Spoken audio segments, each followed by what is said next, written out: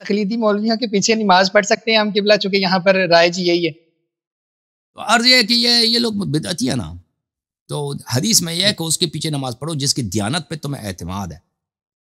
تو ان کی بدعت چھوٹی نہیں ہے. یہ جو کہتے ہیں کہ بھئی آپ غیر معصوم کی اتباع کرو، معصومین علیہ السلام کے حدیث پہ عمل نہ کرو، جی یہ کفر باللہ ہے. جی یہ کوئی اتنی چھوٹی جی بات نہیں ہے کہ ہلکی سی بات ہو. جی ہاں جی قبلہ، یقیناً آپ بہت تھکے ہوں گے.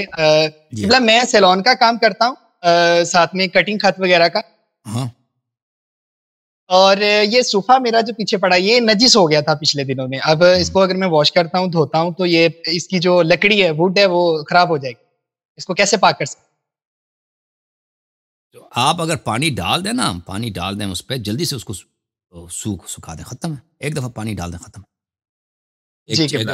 اگر یہ لکڑ ہے نا، یا یہ کتاب ہے، دیکھیں کتاب کا صفحہ، کتاب کے صفحے سے تو زیادہ نہیں ہے، کتاب کا یہ صفحہ چلے یہ نجس ہو گیا. میں اب نجاست کو یہاں سے کسی چیز سے اسکریچ کرتا ہوں نا، کسی کاغذ سے، نیپکن وغیرہ سے، یا کسی چاقو سے اس کو اسکریچ کر کے پھینک دیتا ہوں. پھر اس پہ ایک چھوٹا سا 2-3 قطرے پانی کی ڈال دو، ختم ہو جاتا ہے. اسی وقت اس کو کر دو، پانی گرا دو، اور بھائی کوئی نیپکن سے یا کسی تولیہ سے اس کو خشک کر دو، ختم. اسی طرح کوئی بھی چیز ہے جو ہاں کوئی چیز ہے جو بہت ہی نرم و نازک ہے، کوئی لکڑ وغیرہ ہے، تو اس میں یہ نہیں کوئی بالٹی پانی پھینک دو. اس طرح نہیں. اس وقت جتنا علاقہ ہے وہ آپ کو یقین ہے کہ بھائی اگر بہت بڑا علاقہ شک ہے نا، جو علاقہ یقین ہے صرف اس کو آپ دھونا ضرور. سب کو دھونا ضروری نہیں ہے. جو علاقہ آپ کو یقین ہے کہ نجس ہے، اس میں تھوڑا سا پانی آپ ڈال دیں، وہ بالکل اسی وقت پاک ہو جائے گا. جی قبلہ. قبلہ میں چاہتا ہوں لاسٹ کویسچن ہے قبلہ یہ جی تقریباً. قبلہ قضا نمازوں کے حوالے سے کیا حکم ہے؟ مطلب اگر میری 6 سال کی نمازیں قضا ہو تو کیا وہ میں یہ پڑھنا گمان پڑے کر گا. سکتا ہوں کہ جتنا یقین ہے کیا اتنا میں یہ پڑھنا گمان ضروری ہے. جتنا یقین ہے جی اتنا کیا پڑھنا میں یہ ضروری گمان کر سکتا ہوں کہ اگر میں ابھی مر جاؤں اور پیچھے میری اولاد جو ہے وہ پھر اس کو پڑھے، کیا میں یہ وصیت کر سکتا ہوں قبلہ؟ ہے. بڑے بیٹے پہ واجب ہے کہ وہ والد کی نماز کی قضا کر لے، ٹھیک ہے نا. لیکن آپ پہ قبلہ پڑھنا اب ضروری میرے ہے. بابا کی جو نمازیں ہیں وہ جی قبلہ. خود ہر فرد پہ واجب ہے کہ وہ اپنی نمازیں جب تک زندہ ہے وہ پڑھ لے.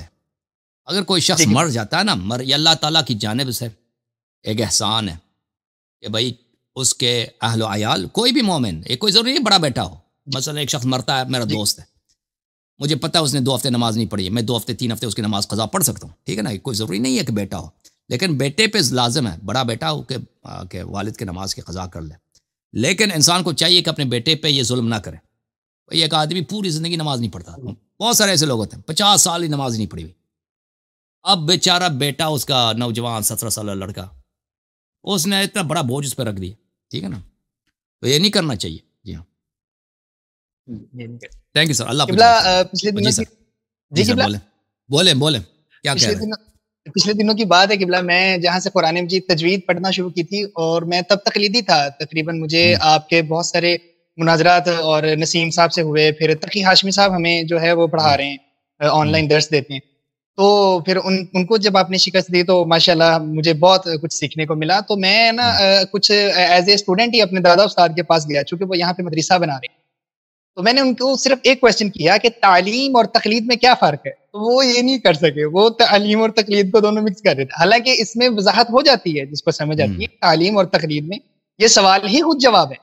بالکل بات ہی ختم ہے. اللہ آپ کو تو عزت دے. Thank you sir. اللہ آپ کو سلامتی دے میرے بھائی. بہت